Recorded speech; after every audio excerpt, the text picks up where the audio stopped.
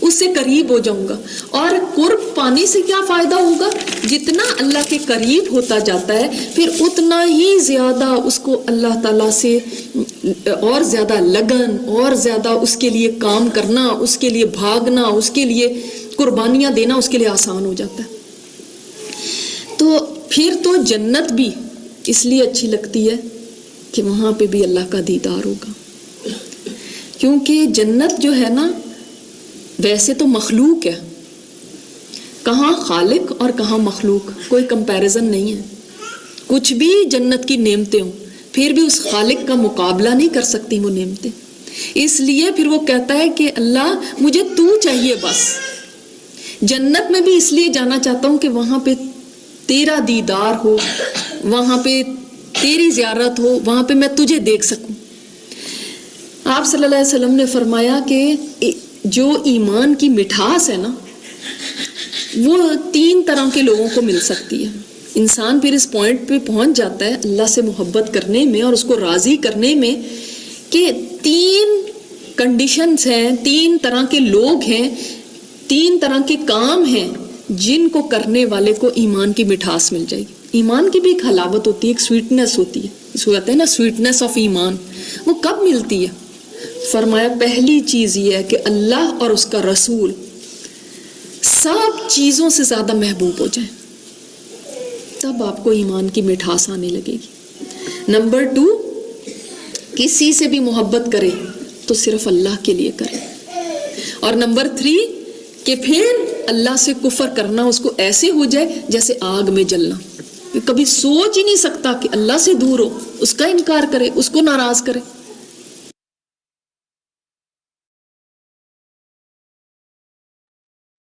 تو آج ہمیں بھی ایسی محبت ڈیولپ ہو جائے نا اللہ تعالیٰ کے لیے. چلیں، اور کسی نے کوئی بات کہنی ہے آپ پہ؟ چلیں اوکے جی، جزاکم اللہ خیرا کثیرا، سبحانک اللہم و بحمدک، نشہد ان لا الہ الا انت، نستغفرک و نتوب الیک. السلام علیکم ورحمۃ اللہ وبرکاتہ.